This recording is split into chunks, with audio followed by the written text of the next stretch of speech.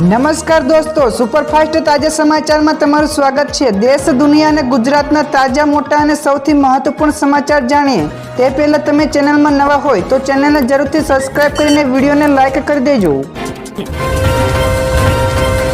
સૌથી પહેલા દોસ્તો આપણે વાત કરીએ તો રાજ્યમાં ચોમાસાના થયા શ્રી ગણેશ। ગુજરાતમાં મેઘરાજાનો વિધિવત રીતે પ્રારંભ થઈ ચૂક્યો છે, ત્યારે હવામાન વિભાગ દ્વારા વરસાદની પણ આગાહી કરતા જણાવ્યું કે દક્ષિણ ગુજરાતમાં નવસારી અને ડાંગ અને વલસાડમાં ભારે વરસાદનું આગમન થશે, તો દક્ષિણ પશ્ચિમ ચોમાસું દક્ષિણ ગુજરાતમાં પ્રવેશી ચૂક્યું છે।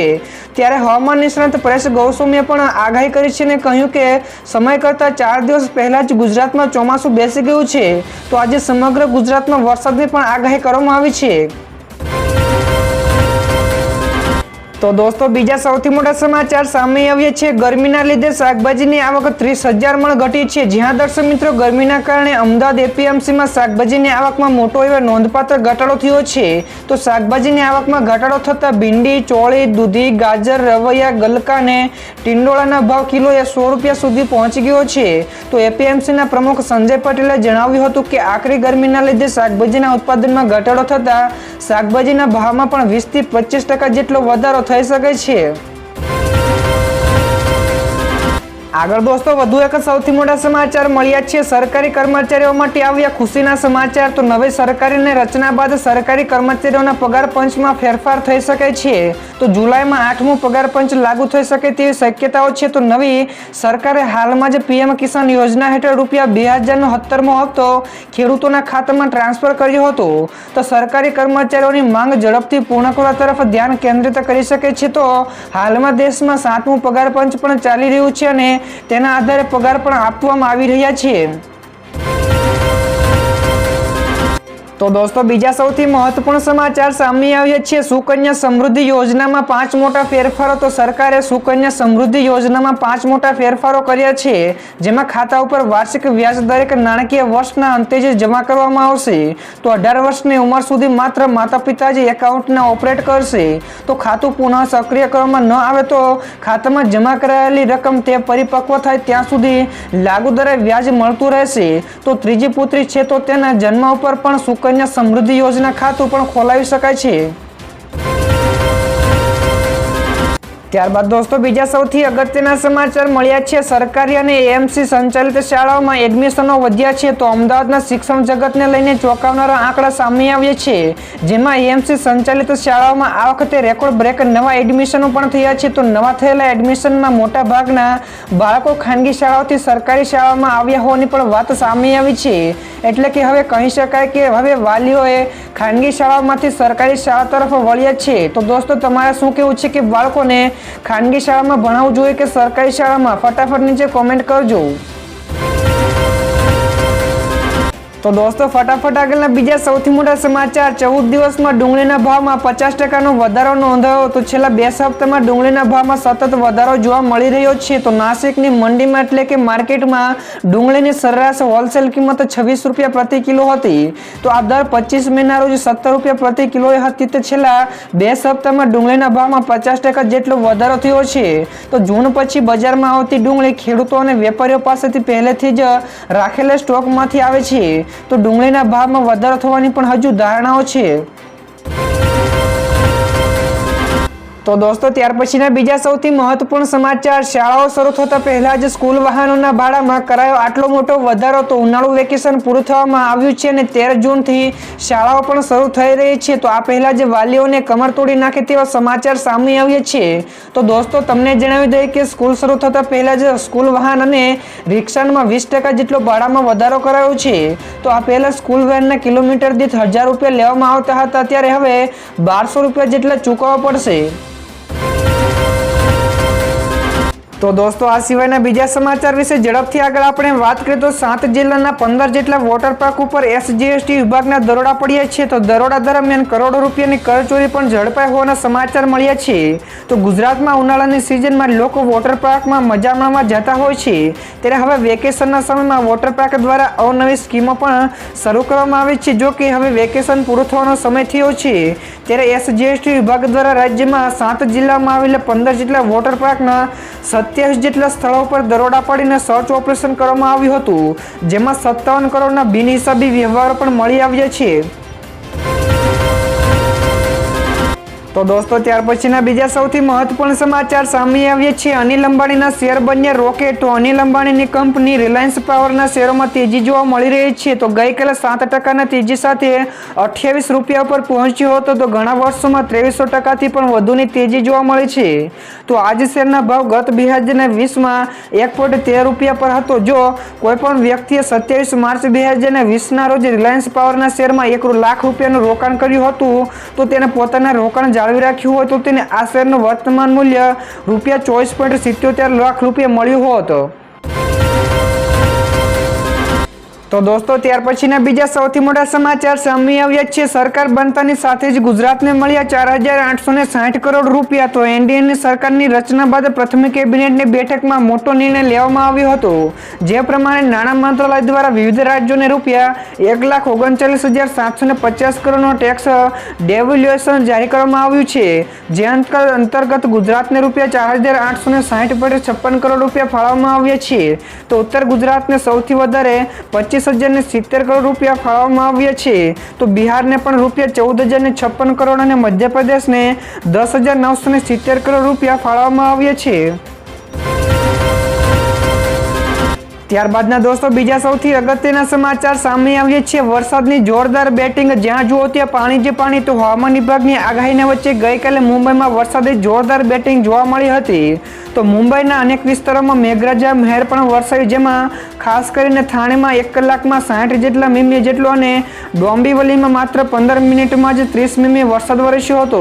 ત્યારે હવામાન વિભાગે આગાહી અનુસાર આગામી 4 દિવસ માટે ભારે પવન સાથે ભારે વરસાદ પણ વરસી શકે છે. તો ખાસ કરીને કલ્યાણપુર, ઉલ્લાસનગર અને બલરાપુરમાં સૌથી વધારે વરસાદ વરસી શકે છે. તો દોસ્તો ત્યાર પછીના બીજા ખૂબ જ મહત્વપૂર્ણ સમાચાર મળ્યા છે. ગુજરાતમાં ચોમાસાને લઈને ખૂબ જ મોટા સમાચાર. તો રાજ્યના ખેડૂતો તેમજ લોકો માટે સારા સમાચાર સામે આવ્યા છે. તો હાલમાં ચોમાસું ગુજરાતથી માત્ર 30 થી 35 કિલોમીટર જ દૂર છે. તો હાલ મહારાષ્ટ્રના દહાણુમાં ચોમાસું પહોંચ્યું છે, જે આગામી 24 કલાકમાં ગુજરાતમાં દસ્તક દેશે. જેના પગલે રાજ્યના અનેક જિલ્લાઓમાં વરસાદની આગાહી કરવામાં આવી છે. તો ખાસ કરીને દક્ષિણ ગુજરાત અને સૌરાષ્ટ્રમાં ભારેથી અતિભારે વરસાદની શક્યતાઓ છે. તો આ સાથે જ વરસાદ સાથે ભારે પવન પણ ફૂંકાવાની આગાહી કરવામાં આવી છે.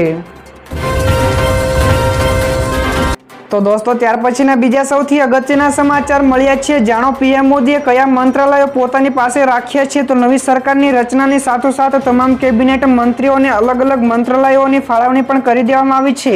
તો મંત્રીઓએ કાર્યભાર પણ સંભાળી લીધો છે. તો કેટલાક એવા પણ મંત્રાલયો છે જે પીએમ મોદીએ પોતાની પાસે જ રાખ્યા છે, જેમાં કર્મચારી, લોક ફરિયાદ અને પેન્શન, પરમાણુ ઉર્જા અને અંતરિક્ષ વિભાગોનો પણ સમાવેશ થાય છે. તો આ સિવાય પીએમ મોદીએ એવા પણ વિભાગો પણ સંભાળીને રાખ્યા છે જે કોઈ મંત્રીને ફાળવવામાં પણ નથી આવ્યા. આગળ દોસ્તો વધુ એક સૌથી મહત્વપૂર્ણ સમાચાર સામે આવ્યા છે. ગમે તે ઘડીએ ચોમાસું આવી શકે છે. તો 18 થી 20 જિલ્લાઓમાં ભારે વરસાદની આગાહી કરવામાં આવી છે. તો રાજ્યમાં સત્તાવાર ચોમાસાનું આગમન પહેલા જ સર્વત્ર વરસાદ પડી શકે છે. તો ગઈકાલે સાંજે અને ગઈકાલે પણ ઘણા રાજ્યના ઘણા વિસ્તારોમાં ભારે વરસાદ પડ્યો હતો. ત્યારે હવામાન વિભાગના જણાવ્યા પ્રમાણે ગમે તે ઘડીએ ચોમાસું ગુજરાતમાં સત્તાવાર રીતે આગમન થઈ શકે છે, જેને લઈને આજે પણ રાજ્યના 20 જેટલા જિલ્લાઓમાં વરસાદની આગાહી આપવામાં આવી છે. તેની સાથે જ 40 થી 45 કિલોમીટર પ્રતિ કલાકની ઝડપે પવન પણ ફૂંકાવાની સંભાવના છે. ત્યાર પછીના દોસ્તો બીજા સૌથી મોટા સમાચાર સામે આવ્યા છે. ગુજરાત સરકારનો મોટો નિર્ણય. તો સુરતમાં ડુમસ જમીનકાંડમાં કરોડોના કૌભાંડના આક્ષેપો બાદ સુરતના ભૂતપૂર્વ કલેક્ટર અને IAS અધિકારી આયુષ ઓકને ગુજરાત સરકારે સસ્પેન્ડ કર્યા છે. તો હાલમાં તેઓ વલસાડના કલેક્ટર તરીકેની ફરજ બજાવતા હતા, ત્યારે તેમની જગ્યાએ હવે AR ઝાને વલસાડના કલેક્ટરની જવાબદારી મળી છે. જ્યારે ગઈકાલે રાજ્યના GIS સહિત 4 જેટલા IAS અધિકારીની પણ બદલી કરવામાં આવી હતી.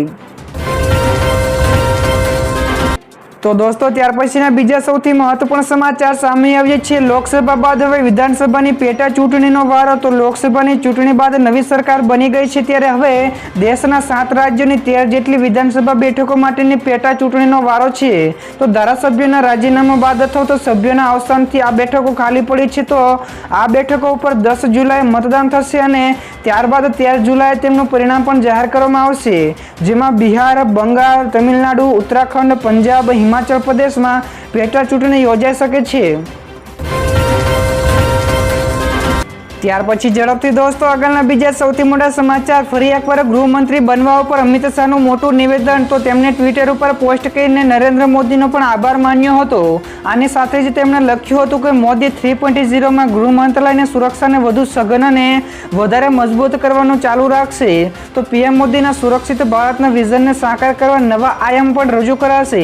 તો આની સાથે જ પીએમ મોદીના સક્ષમ નેતૃત્વમાં સહકાર મંત્રાલય સાથે ખેડૂતો અને ગામડાઓને પણ સહકાર દ્વારા સમૃદ્ધ બનાવવા માટે પ્રતિબદ્ધ રહેશે. ત્યારબાદ દોસ્તો બીજા સૌથી મહત્વપૂર્ણ સમાચાર સામે આવ્યા છે. 500 વર્ષ જૂની પ્રતિમા ભારતને મળશે પરત. તો બ્રિટનની ઓક્સફર્ડ યુનિવર્સિટીએ કહ્યું કે તે એક હિન્દુ સંતની 500 વર્ષ જૂની એક આશ્ચર્યની પ્રતિમા ભારતને પરત કરાશે. તો આ પ્રતિમા 16મી સદીની હોવાનું પણ માનવામાં આવે છે, જે તમિલનાડુના એક મંદિરમાંથી ચોરાઈ હતી. તો સંત થિરુમંગાઈની 60 સેન્ટીમીટર ઊંચી પ્રતિમા હાલમાં યુનિવર્સિટીના એસ મોલિયન મ્યુઝિયમમાં રાખવામાં આવી છે. તો 1967માં સોથેબિયાના ઓક્શન હાઉસ દ્વારા તેને હરાજી કરવામાં આવી હતી. ત્યાર પછી ફટાફટ દોસ્તો આગળના બીજા સૌથી મોટા સમાચાર સામે આવ્યા છે. આતંકીઓને પકડવા માટે સીઆરપીએફનું સઘન ઓપરેશન. તો તીર્થયાત્રીઓની બસ ઉપર આતંકી હુમલાને અંજામ આપવા માટે આતંકીઓની શોધખોળ તેજ કરી દેવામાં આવી છે. તો સેના અને સીઆરપીએફની 11 જેટલી ટુકડીઓ ઉપર પહાડી વિસ્તારોમાં સર્ચ ઓપરેશન ચલાવી રહી છે, જ્યારે પાકિસ્તાની સમર્થિત આતંકવાદીઓને ખતમ કરવા માટે મિશન મોડને કોમ્બેકને પણ ઓપરેશન હાથ ધરવામાં આવ્યું છે. તો હુમલા બાદ આતંકીઓ જંગલ તરફ ભાગ્યા છે, ત્યારે કમાન્ડો અને ડ્રોન પણ ત્યાં તૈનાત કરવામાં આવ્યા છે. તો દોસ્તો બીજા સૌથી અગત્યના સમાચાર મળ્યા છે. નીટની પરીક્ષા રદ કરવાનો સુપ્રીમ કોર્ટનો ઇનકાર. તો નીટની પરીક્ષાને રદ કરવાની માંગણી કરતી અરજી ઉપર સુપ્રીમ કોર્ટમાં સુનાવણી ચાલી રહી હતી. ત્યારે સુનાવણી દરમિયાન સુપ્રીમ કોર્ટે પરીક્ષાને રદ કરવાનો અને કાઉન્સેલિંગ ઉપર પ્રતિબંધ મૂકવાનો ઇનકાર કર્યો છે. તો આની સાથે જ એનટીએની નોટિસ પણ આપવામાં આવી છે અને કોર્ટે કહ્યું કે પરીક્ષાની પારદર્શિતા ઉપર અસર થઈ છે, ત્યારે એનટીએનો પક્ષ જાણવો પણ જરૂરી છે. તો હવે એનટીએ આ અંગે પણ જવાબ આપવાનો રહેશે. તો ગેરરીતિનો આક્ષેપ કરીને પરીક્ષાર્થીઓએ નીટની પરીક્ષા રદ કરવાની પણ માંગ કરી છે. ત્યાર પછી ફટાફટ દોસ્તો બીજા સૌથી મોટા સમાચાર સામે આવ્યા છે. વરસાદ નહીં પરંતુ આઈએમડીએ હીટવેવનું એલર્ટ આપ્યું છે. તો દિલ્હી સહિત સમગ્ર ઉત્તર ભારતમાં ફરી એક વખત હીટવેવને લઈને એલર્ટ આપવામાં આવ્યું છે. ત્યારે હવામાન વિભાગ એટલે કે આઈએમડીએ આગાહી અનુસાર આગામી 6 દિવસ સુધી દિલ્હી એનસીઆરમાં હીટવેવની સંભાવના છે. ત્યારે હવામાન વિભાગે આગામી 2 દિવસ માટે ઓરેન્જ એલર્ટ પણ જાહેર કર્યું છે, જ્યારે 4 દિવસ માટે યલો એલર્ટ જાહેર કરાયું છે. તો આઈએમડીના જણાવ્યા અનુસાર પૂર્વીય ઉત્તર પ્રદેશના કેટલાક વિસ્તારોમાં પણ ભારે હીટવેવની સંભાવનાઓ છે.